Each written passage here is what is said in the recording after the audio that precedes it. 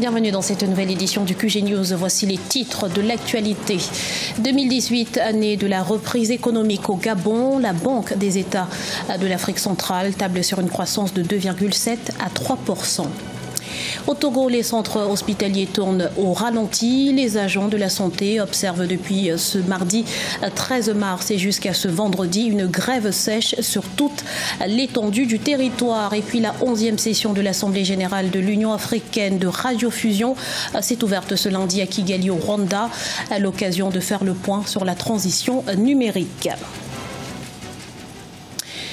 Mais avant de développer ces titres, l'opposition congolaise en ordre dispersé pour la présidentielle de décembre 2018, le parti L'Union pour la démocratie et le progrès social a annoncé ce mercredi qu'il ne soutiendra pas la candidature de Moïse Katumbi qui a lancé ce 12 mars en Afrique du Sud sa plateforme Ensemble pour le changement. Jean-Marc Kabound, secrétaire général et président par intérim de l'UDPS, estime que s'il doit y avoir un candidat unique au prochaines élections présidentielles, ce dernier devra être issu des rangs du parti historique d'opposition. Contrairement à ce qui avait été annoncé, Amina Gourib Fakim n'a pas l'intention de démissionner. La présidente mauricienne mise en cause dans un scandale financier a déclaré ce mercredi contester les faits qui lui sont reprochés et se dit prête à intenter une action en justice pour se défendre. Rappelons que la chef d'État est accusée d'avoir utilisé à des fins personnelles une carte bancaire qui lui avait été remise par une organisation non gouvernementale. Le montant des dépenses s'élève à près de 25 000 €. L'horizon s'éclaircit pour l'économie gabonaise. La Banque des États de l'Afrique centrale table sur une croissance de 2,7 à 3% en 2018. Ceci grâce à la hausse du prix du pétrole sur le marché international notamment. Plus de détails avec Badawi Adidiatou. 2,7% à 3% de croissance économique au Gabon en 2018. Telles sont les prévisions des experts de la Banque des États de l'Afrique centrale, BEAC. Cette croissance sera notamment portée par la hausse du prix du baril de pétrole sur le marché international, les investissements directs dans le secteur minier et la croissance retrouvée des investisseurs suite au règlement de la dette intérieure. Ainsi, le gouvernement gabonais pourrait entreprendre plusieurs investissements d'ordre économique au cours de cette année. Il y a un travail à faire sur le plan de tout ce qui est produit intérieur brut. Et la chose à faire, c'est éventuellement d'investir sur, y compris dans l'agriculture, sur des secteurs à grande portée. Et là-dessus, la transformation est la voie par laquelle le Gabon doit pouvoir passer. Donc, ils ne peuvent pas compter sur ce qu'ils ne produisent pas, ils doivent compter sur ce qu'ils transforment. En 2017, la croissance économique au Gabon avait connu un net repli contre 2,1% enregistré en 2016. Le pays était donc dans l'obligation de faire recours à un plan de relance économique avec l'appui de la Banque africaine de développement et du Fonds monétaire international. Lorsque un pays fait des réformes économiques, il ne faut pas espérer les résultats la même année. Je pense qu'il faut leur donner le temps. Lorsqu'on fait des réformes de fond en matière économique, il faut donner 3, 4, 5 ans avant de compter les résultats. C'est toute la différence entre la gestion d'un pays et la gestion d'une entreprise. Depuis la mise sur pied du plan de relance économique au Gabon, le pays connaît une considérable attraction d'investissements directs étrangers.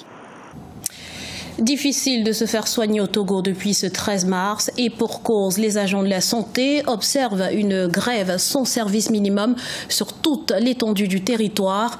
Ils espèrent ainsi faire entendre leurs revendications. On fait le point tout de suite dans ce reportage d'Aimé Fakofi, notre correspondante à Lomé. Difficile de se faire soigner dans les hôpitaux publics du Togo. Le syndicat national des praticiens hospitaliers du Togo observe jusqu'à nouvel ordre une grève sèche. Les hôpitaux restent ouverts, mais la plupart des agents sont absents à leur poste. Aucun service des centres hospitaliers publics ne fonctionne, à l'exception de celui de l'hémodialyse et de la réanimation. Je suis venue à l'hôpital avec ma maman, mais nous n'avons pas obtenu gain de cause. Aucun agent n'était à son poste, nous n'avons vu aucun médecin. Je suis repartie telle que je suis venue. Moi, je suis venue à l'hôpital depuis 6 heures du matin. Ils ont refusé de nous ausculter. Mais je souffre sérieusement. Président Faure, s'il te plaît, fais quelque chose. Les femmes enceintes sont là-bas, les mères et leurs nouveau-nés aussi. Ô Président Faure, je t'en prie, fais quelque chose. Par cette grève qualifiée de sèche, le syndicat national des praticiens hospitaliers du Togo dit passer à la vitesse supérieure suite au silence du gouvernement face à leurs revendications qui, pour la plupart, relèvent des meilleures conditions de travail. Tout dépendra du gouvernement. Si le gouvernement aujourd'hui nous appelle à négocier sur la plateforme de revendication que nous avons déposée, nous sommes disposés à étudier cet appel-là et à prendre les dispositions idoines en conséquence. Mais l'attitude du gouvernement, qui est celle de ne pas répondre, de ne pas réagir, qui s'apparente à du mépris, est totalement rédhibitoire. C'est pour cela que nous avions décidé vraiment la mort dans l'âme d'opter pour cette grève sèche qui initialement n'était pas notre souhait. La goutte d'eau qui a fait déborder le vase chez les praticiens hospitaliers est la détention au service de renseignement et d'investigation du professeur Majesté Iou Wateba de la faculté des sciences, ainsi que 2 étudiants dans une affaire de notes à l'université de Lomé. Malgré leur libération lundi soir, la grève se poursuit. Jusqu'où ira le bras de fer entre le gouvernement et le syndicat des praticiens hospitaliers du Togo? Pour l'heure, la population togolaise, qui pourtant a droit à la santé, reste la principale victime. Où en est le processus de transition numérique en Afrique? Eh bien, la 11e Assemblée générale de l'Union africaine de radiodiffusion, qui s'est ouverte ce 12 mars à Kigali, a été l'occasion de faire le point sur cette question. À ce jour, seuls 10 pays ont totalement relevé le défi. Voyez ce reportage de Fraterne Ndakia Isenga, notre correspondant au Rwanda. La migration numérique est actuellement un sujet de discussion dans le monde médiatique africain et l'un des plus grands bouleversements de radiodiffusion en Afrique, selon des experts. À seulement 3 ans de la date butoir fixée par l'Union internationale des télécommunications, les acteurs dans ce secteur font les dernières consultations pour atteindre cet objectif malgré les défis.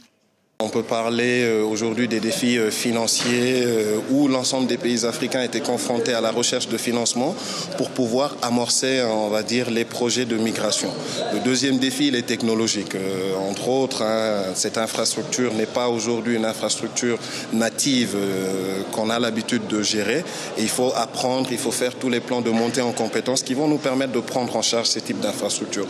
Le troisième défi, il est de type organisationnel, c'est-à-dire dès l'instant qu'on change les paradigmes et les types d'équipements de réception sont tout à fait nouveaux. Il faut qu'on s'assure de la fourniture de marché en termes de, qu'on va dire, en termes de quantité et garantir aussi la qualité de service du signal, notamment sur les nouveaux émetteurs qui seront déployés à travers les réseaux. 10 pays africains ont réussi à faire une transition de 100% de la radiodiffusion analogique au numérique. Même si le Rwanda se félicite de compter parmi ces pays, la ministre rwandaise des Affaires étrangères affirme qu'il y a encore du chemin à faire dans la qualité du contenu des médias au Rwanda, mais aussi sur le continent. Au Rwanda, malgré l'augmentation du nombre de chaînes de télévision grâce à la migration numérique, ceci ne s'est pas traduit en l'amélioration de la qualité des programmes diffusés pour les téléspectateurs. Très souvent, on nous sert des telenovelas américaines et des packs d'informations européennes, comme si nous n'avons pas de très belles histoires à raconter en Afrique. L'Union internationale des télécommunications avait décidé de passer de la télévision analogique à la télévision numérique en juin 2015, mais certains pays africains n'ont pas respecté ce délai. À 3 ans de l'expiration du nouveau délai fixé pour juin 2020, l'Union africaine de radiodiffusion rassure que les pays vont cette fois respecter cette échéance. Galériste, curateur, grand collectionneur ou amateur, l'art contemporain est en effervescence en Côte d'Ivoire où le nombre d'artistes plasticiens se compte désormais par centaines. Il faut dire qu'il y a de la matière et du pouvoir d'achat.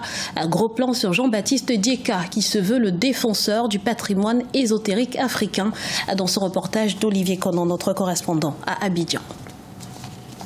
À 35 ans, le plasticien Jean-Baptiste Dieka a une expérience professionnelle de 16 années dans son domaine.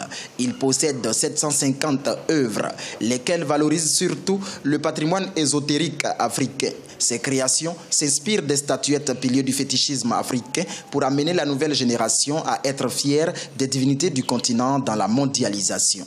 La racine ne peut pas se réclamer du tronc pour être au-dessus de la terre. De même que le tronc ne peut pas se réclamer de la feuille pour voir plus loin. Pour dire simplement que les générations à venir ou la génération présente, pour voir plus loin, doit utiliser la génération passée comme piédestal. Jean-Baptiste Djeka est également un peintre engagé. Il dénonce différents faits de société. Aujourd'hui, la question de l'immigration clandestine qui vire à l'esclavage occupe une place importante dans ses créations. La source de l'espoir à Tari, pour moi, c'est partout. C'est partout sur la terre. C'est pourquoi les gens sont devenus violents. Mais il y a de l'espoir. C'est parce qu'il y a de l'espoir qu'on se rend compte qu'elle a Tari. Voilà, c'est pas de façon désespérée que je dis cela. Le plasticien Jean-Baptiste Djeka a déjà participé à plusieurs expositions en Afrique et dans le monde. La Côte d'Ivoire comptait entre 200 et 300 artistes plasticiens professionnels en 2000. 18 ans plus tard, le pays en dénombre près de 500.